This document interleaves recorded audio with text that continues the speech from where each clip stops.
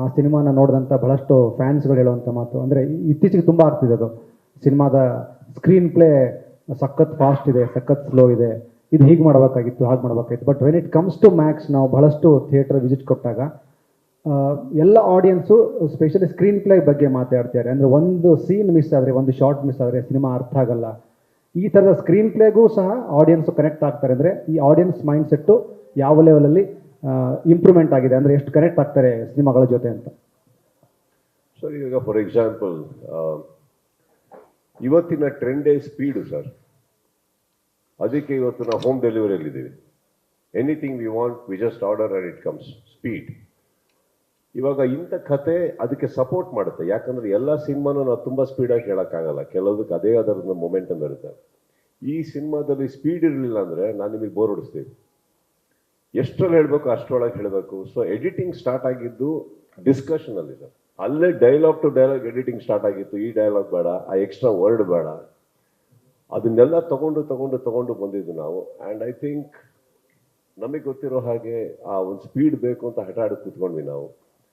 Final ಆಗಿ ಅಷ್ಟರಲ್ಲಿ ಇವಾಗ ನಾವು ಎಡಿಟಿಂಗ್ ಹೋದ್ಮೇಲೆ 2.25 ಗಂಟೆಗೆ ಸಿನಿಮಾ ತರೋದು ಬೇರೆ, ಮಾಡಬೇಕಾದ್ರೆ ಇದು 2.25 ಗಂಟೆ ಒಳಗೆ ಬರಬೇಕು. ಸೊ ಹಾಗಿದ್ದಾಗ ಒಂದೊಂದು ಸೀನ್, ಒಂದೊಂದು ಶಾರ್ಟ್ ಎಷ್ಟು ಸ್ಪೀಡಾಗಿ ತೆಗಿಬೇಕು.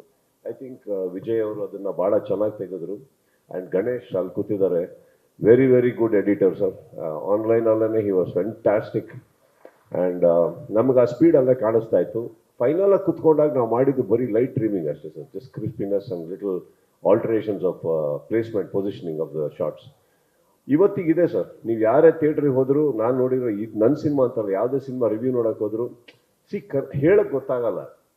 ಲ್ಯಾಗ್ ಅಂತಾರೆ. ಆ್ಯಕ್ಚುಲಿ ಲ್ಯಾಗ್ ಅನ್ನೋದಲ್ಲ ಸರ್ ವರ್ಡ್. ಎಲ್ಲೋ ಒಂದು ಕಡೆ ಚಿಕ್ಕದಾಗಿ ಹೇಳೋದು, ಸ್ವಲ್ಪ ದೊಡ್ಡದಾಗಿ ಹೇಳಿದ್ದಾರೆ. ಒಂದು ಸೀನ್ ಫಾಸ್ಟಾಗಿ ಫಿನಿಷ್ ಮಾಡಬೇಕಾಗಿರೋ ದೊಡ್ಡದಾಗಿ ಹೇಳಿದಾಗ ನಿಮಗೆ ಹಾಗೆ ಅನಿಸುತ್ತೆ. ಯಾರಾದರೂ ಒಬ್ರು ಮಾತಾಡ್ಬೇಕಾದ್ರೆ ಹೇಳಲ್ಲ, ಇಷ್ಟು ಚಿಕ್ಕ ಮ್ಯಾಟ್ರನ್ನ ಯಾಕೆ ಇವ್ನು ಇಷ್ಟೊತ್ತು ಹೇಳ್ದ ಅಂದ್ಬಿಟ್ಟು ಅಂತ. ಸೊ ಇವತ್ತಿನ ಟ್ರೆಂಡ್ ಏನಂದರೆ ಸ್ಟ್ರೇಟ್ ವಿಷಯಕ್ಕೆ ಬನ್ನಿ. For example, highlight of Max. Max ಯಾರು ಸರ್ ಆ್ಯಕ್ಚುಲಿ? ಅವ್ರ ಬ್ಯಾಕ್ಗ್ರೌಂಡ್ ಏನು? ಯಾಕೆ ಅವ್ರಿಗೆ ಹೆದರ್ತಾರೆ? ಯಾಕೆ ಅವ್ರಿಗೆ ಎಲ್ಲರೂ ಮ್ಯಾಕ್ಸ್ ಅಂದ ತಕ್ಷಣ ಫೋನಲ್ಲಿ ಅಕ್ಕ ಮ್ಯಾಕ್ಸ್ ಅಂತ ಕೇಳಿಸ, ಮ್ಯಾಕ್ಸಾ ಇವನ್ ಯಾಕೆ ಇಲ್ಲಿಗೆ ಬಂದ? ಫ್ಲಾಶ್ ಕಟ್ ಹೋಗಿಲ್ಲ ನಾವು.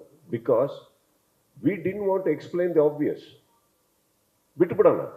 ಈಗ ಬೆಳದಿಂಗಳ ಬಾಲೆನ ಸಿನಿಮಾ ಅಂತ ಬಂದಾಗ ನಿಮ್ಮ ಮನಸ್ಸಿಗೆ ಬಿಟ್ಬಿಟ್ರು, ಅದು ಹೆಂಗೆ, ಅವ್ರ ಹುಡುಗಿ ಅನ್ನೋದು ಹೆಂಗಿರುತ್ತೆ ನೀವೇ ಥಿಂಕ್ ಮಾಡಿ ಅಂತ.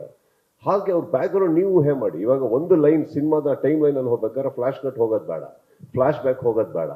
ಹೀ ಈಸ್ ಅ ಡೇಂಜರಸ್ ಕಾಪ್, ಅಷ್ಟೇನೆ, ಮುಗಿತಲ್ಲಿಗೆ ಬಿಟ್ಬಿಡೋಣ.